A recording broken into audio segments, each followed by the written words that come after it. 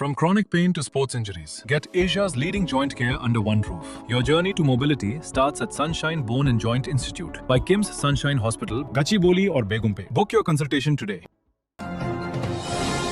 కృష్ణా జిల్లా మచిలీపట్నంలో కూల్చివేతలొల్లి ఆగేలా కనిపించడం లేదు.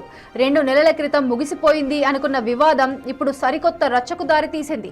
జనసేన కార్యకర్త వెంకటాచలం ఇళ్లు కూల్చివేత వ్యవహారం ఇప్పుడు ఏకంగా కూటమి ఎంపీ వర్సెస్ మున్సిపల్ అధికారులుగా మారింది. నిబంధనల ప్రకారం కాకుండా ఎలా కూలుస్తారంటూ ఎంపీ బాలశౌరి మున్సిపల్ అధికారులపై నిప్పులు చెరిగారు.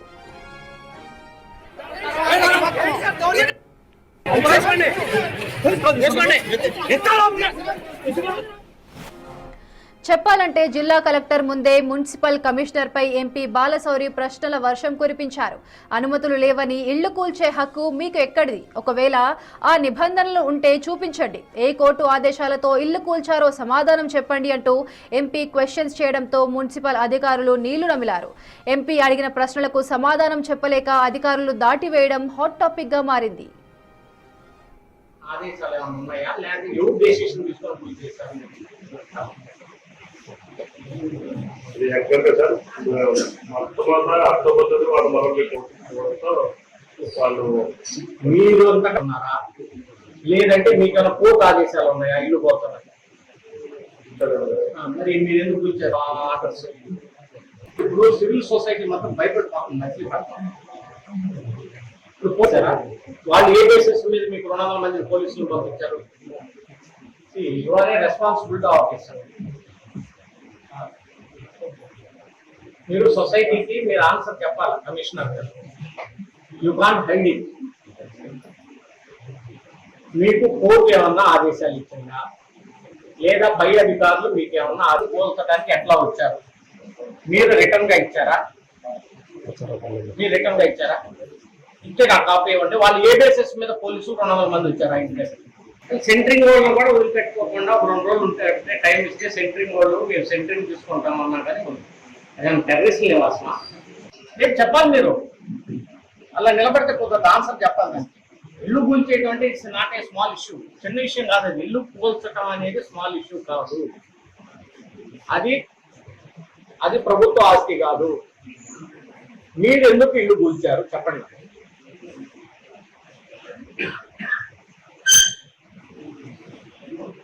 ఏ సమాధానం చెబుతాం సొసైటీకి నేను చెప్పండి.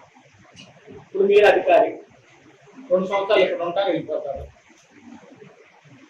మీ ప్రజాప్రతినిధులు నేను ఎక్కడ చూడాలి ఇల్లు పూర్తి చేయడం ఒక ప్రైవేట్ వ్యక్తులు 2 ఆస్తుల ప్రకారం వచ్చి ఒక పక్కన పోయి వాట్ బేసెస్ ఎట్లా చేస్తారండి మీరు?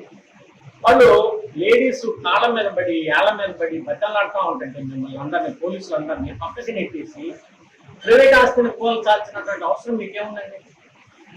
దేవుడు కూడా అతనికి 40 లక్షల రూపాయలు పోయి చిన్న కుటుంబం నువ్వు 1 గంటలో కూల్చి పడేసావు మొత్తాన్ని దయాదాక్షిణ్యం లేకుండా. మచిలీపట్నం సివిల్ సొసైటీ చాలా మంచిది కాబట్టి నేను చెప్తున్నా కదా. ఇది ఇంకో చోట అయితే డిఫరెంట్గా ఉండేది. అసలు మీకు సంబంధం ఏంటి నాకు అర్థం కాదు. గవర్నమెంట్ ప్రాపర్టీ కాదు కదా. Any ethical right, you don't have any administrative right, you don't have any right అంటే ఆదేశాలు ఏమైనా ఉన్నాయా లేకపోతే ఎవరు డెసిషన్ తీసుకొని పూజ చేస్తారు?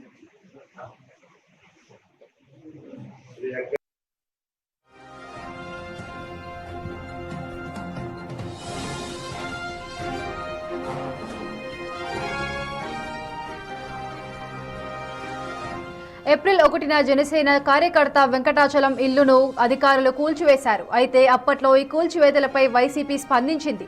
జనసేన కార్యకర్తకు మద్దతుగా మాజీ మంత్రి పేర్ని నాని, ఆయన కుమారుడు పేర్ని కిట్టు రంగంలోకి దిగి అధికారులను నిలదీశారు.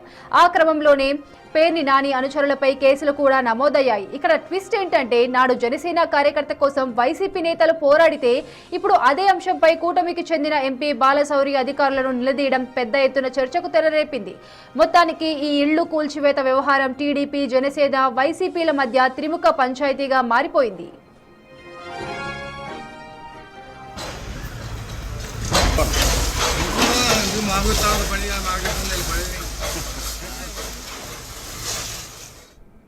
ఇక ఇదే అంశంపై మరింత సమాచారం మా ప్రతినిధి శివ అందిస్తారు. శివ, చెప్పండి, అసలు ఎటువంటి అధికారం లేకుండా, ఎటువంటి పర్మిషన్స్ లేకుండా జనసేన కార్యకర్త వెంకటాచలం ఇల్లును కూల్చేశారు అని ఎంపీ బాలశౌరి చెబుతూ ఉన్నారు. ఇది 2 నెలల క్రితం జరిగింది, ఇప్పుడు మళ్ళీ వెలుగులోకి వచ్చి మళ్ళీ వివాదాస్పదంగా మారింది అంటున్నారు. దీనిపైన కమిషనర్ కానివ్వండి, అధికారులు కానివ్వండి, ఎలా స్పందిస్తున్నారు?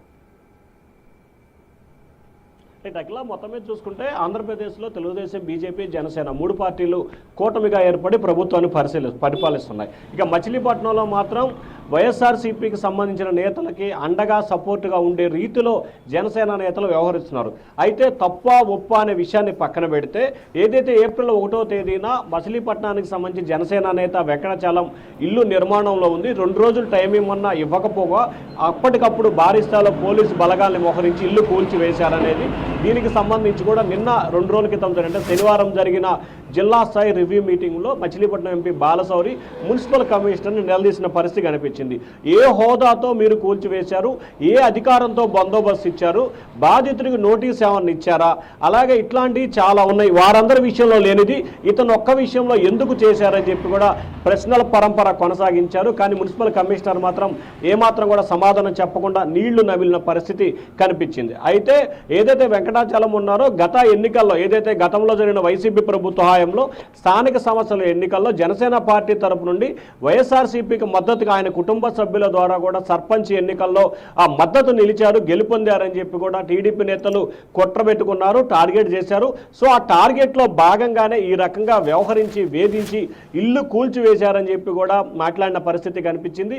ఇదే అంశానికి సంబంధించి కూడా ఎంపీ బాలశౌరి మీడియాతో మాట్లాడుతూ ఏకపక్ష నిర్ణయం తీసుకుని కూల్చివేయడం సరైన విధానం కాదు, దీనిపై కేంద్ర ప్రభుత్వంతో, రాష్ట్ర ప్రభుత్వంతో, అలాగే ముఖ్యమంత్రితో కూడా చర్చిస్తానని చెప్పి కూడా ఆయన ఖరాఖండిగా చెప్పారు. అంటే స్థానికంగా ఉన్న మంత్రి కొల్లు రవీంద్ర ఇష్టానుసారంగా వ్యవహరిస్తూ జనసేన నేతలను ఏమాత్రం కూడా పట్టించుకోకుండా వైఎస్ఆర్సీపీ నేతల్ని వదిలేసి జనసేన నేతల్ని, కార్యకర్తల్ని టార్గెట్గా చేసి ఇళ్లు కూల్చివేయడం ఎంతవరకు సమంజసం అని చెప్పి కూడా గట్టిగా నిలదీస్తున్న పరిస్థితి కనిపిస్తూ ఉంది.